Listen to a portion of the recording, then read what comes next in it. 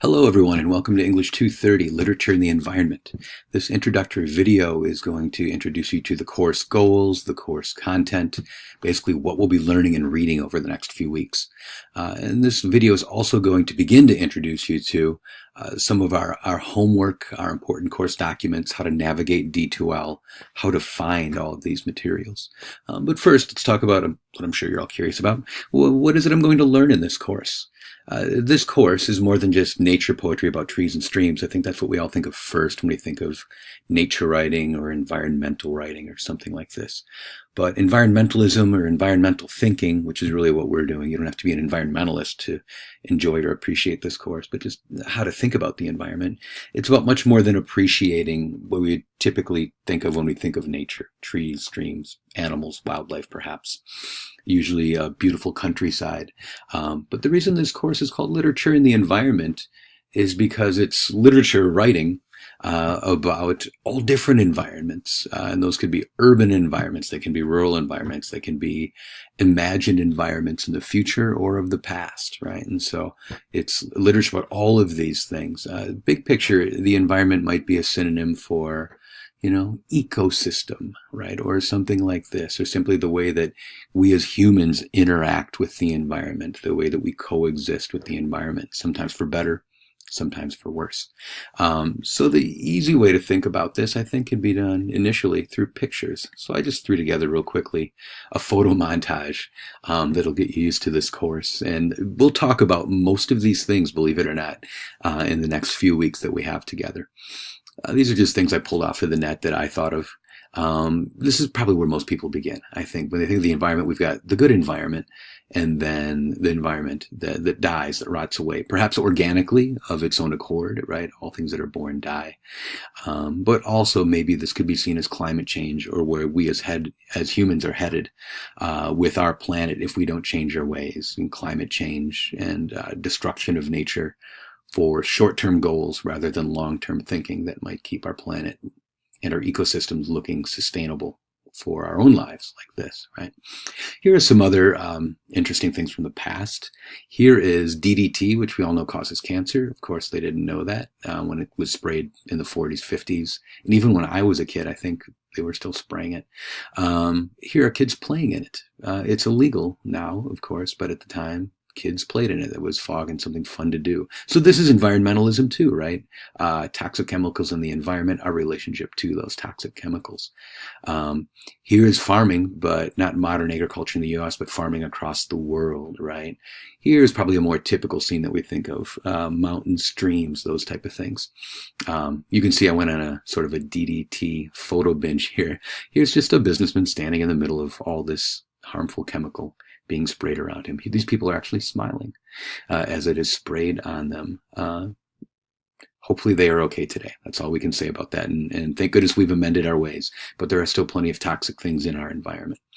This is a water treatment plant.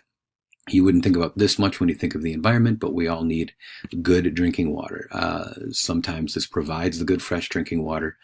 Other times, as we saw in Flint, Michigan a few years ago, the water treatment wasn't being handled properly, and actually caused lead poisoning in many of the citizens, right, which has detrimental health effects. So this is part of environmentalism.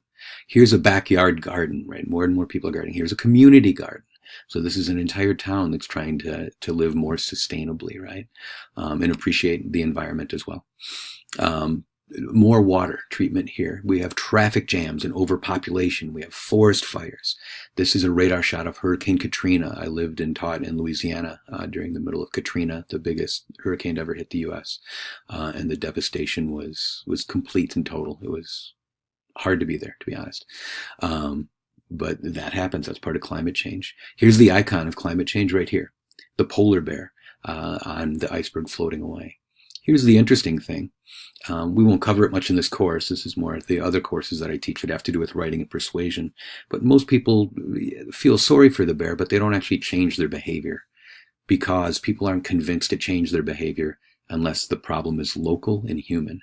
And polar bears at the North Pole are neither local nor human, so we feel sorry for the bear. We probably don't actually do anything different when we go home to stop climate change. But what are the effects of climate change? Well, it's connected to droughts, which cause forest fires. It's connected to hurricanes because of rising seawater temperatures, right? These are more Katrina pictures.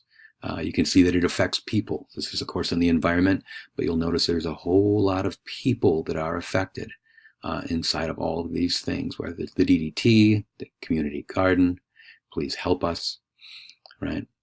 And you can see environmental education taking place. You can see the world has no borders. One nation, whatever we do, is not separate from what happens in the next nation, right? This is one big ecosystem, this whole world, right? And so what nations do and national laws don't always help. It's got to be global if anything is to change, if that's what this is about, or at least we should see the environment as not being easily divided into regions, right? As we all know, nations and regions and maps are a human-made creation, and nature doesn't live by those principles, right? And so we have lots of different things here. We have a lot of positive things, all part of this course as well. Solar power, right? Sustainable power, white roofs on houses, which happen in some countries because they don't off-gas as much, so it's better for climate change. It doesn't seem exciting, but environmentalism often happens in places like this. A lot of people teaching and discussing and making policies. You have social activism involved, right? I missed my fishing picture up here. You have fishing for protein to sustain lives in some places. You have overfishing due to a rising population. You have sport fishing, which is maybe what this here as well. And so animals hunted for sports, but it devastates an ecosystem and changes that ecosystem and the other life forms inside of it, right? We can go back, and this is where our course will begin. Adam and Eve, right? There's an environmental message in Adam and Eve and their relationship to nature, whether it be the snake or whether it be the tree, right? We'll read about that soon enough. You also have social activism, right? So people taking to the streets when policies don't favor them, when policies don't favor the environment or their own relationship with the environment. So again, there's a lot of people involved in all of this, right? So it's not just the environment. It's not just trees, streams, etc.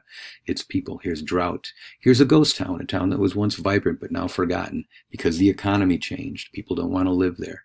What do we get now? We get urban sprawl instead, which is a different environmental problem. Right, and so we can see all of these things happen here as a suburb right here inside of all this urban sprawl. So you can see this is what our course is about. Our course is all of these things, and we'll try to touch on as many of them as possible inside of our time together. So I think that's probably the best introduction I can give you to the course. Here's a quick set of bullet points, though, if you'd like to see it in writing. So we're going to cover ancient to modern views of the environment and ways of seeing the environment that still influence our environmental thinking today, even though they're thousands of years old. Maybe they're positive, maybe they're not, but they are there nonetheless. And we will identify them and learn to identify them in writing, more so because after college, whether it's in your job or whether it's in what you do in your community, you want to be fluent in these ways of thinking and seeing what might be good about them and what might be bad about them. So this isn't just a class for college. I organized the class so that you remember some of the basic ways we have of talking about the environment, humans' relationship with the environment, our using of the environment. And these things will be helpful when you have to make decisions for yourself in the future, right? So we have common ways of thinking about the environment. Bullet point number 2. Ecological views of environment and systems, spiritual views, and different types of spirituality connected to this. Social equality issues as well. One picture I didn't have is the many, many towns that have so low socioeconomic status, basically poor, right? And that they oftentimes have more chemicals, more dangerous companies, more nuclear waste dumped in their backyards because they don't have the money or the political power to fight the corporations or the government when they make choices to put something toxic in these communities' backyards. So this is a social equality issue as well, right? Mainly to do with money and political power. And also there are sustainability issues. We'll close down with talking about water and food and overpopulation, some of these, and looking at some interesting literature on that as well. So all this is to say, clearly we're not talking about trees and how nice they are. We will have some poetry and readings, fiction, nonfiction on those things as well. But we're going to go broad here is what I'm trying to get you to see right now. Big focus in the course, as I said, is how humans are positively or negatively coexisting with the environment.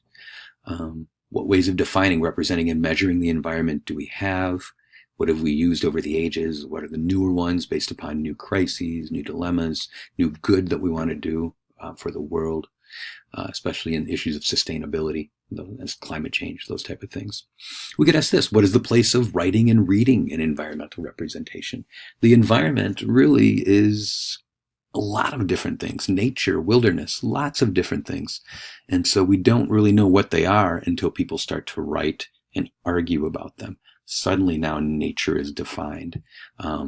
But without reading and writing, without language, we really don't know what nature is. And so you can see that our language can help us, or it can get us into trouble in the way that we decide to see and then communicate and write about the environment, nature, our relationship with it.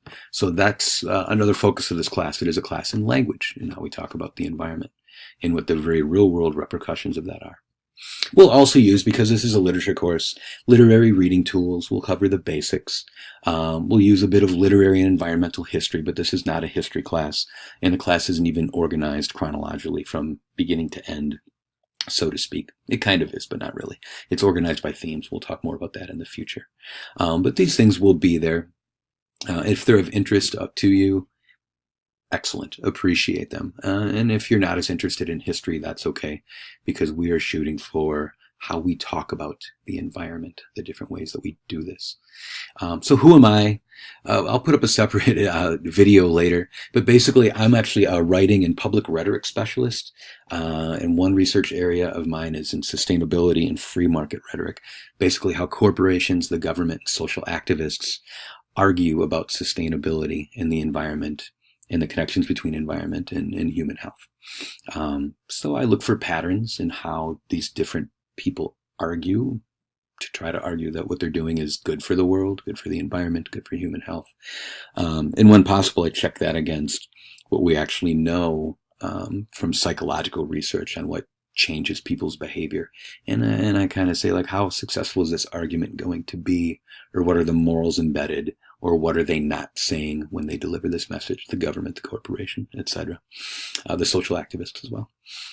So I do have a background in degrees in literature too. My major doctoral training is in 20th century literature, but I've included a broad array of things here. So that's me. Here, if you'd like to know what I look like. This is probably not exciting to you, but let's see if I can get myself here. Hold tight.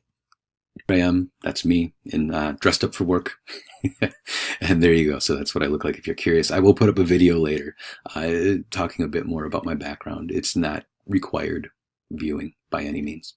So maybe the thing to do with the last few minutes of this video, all videos will be about 15 minutes, no more, is just to give you a basic overview of D2L and where you'll find things. So I'm on our homepage right now.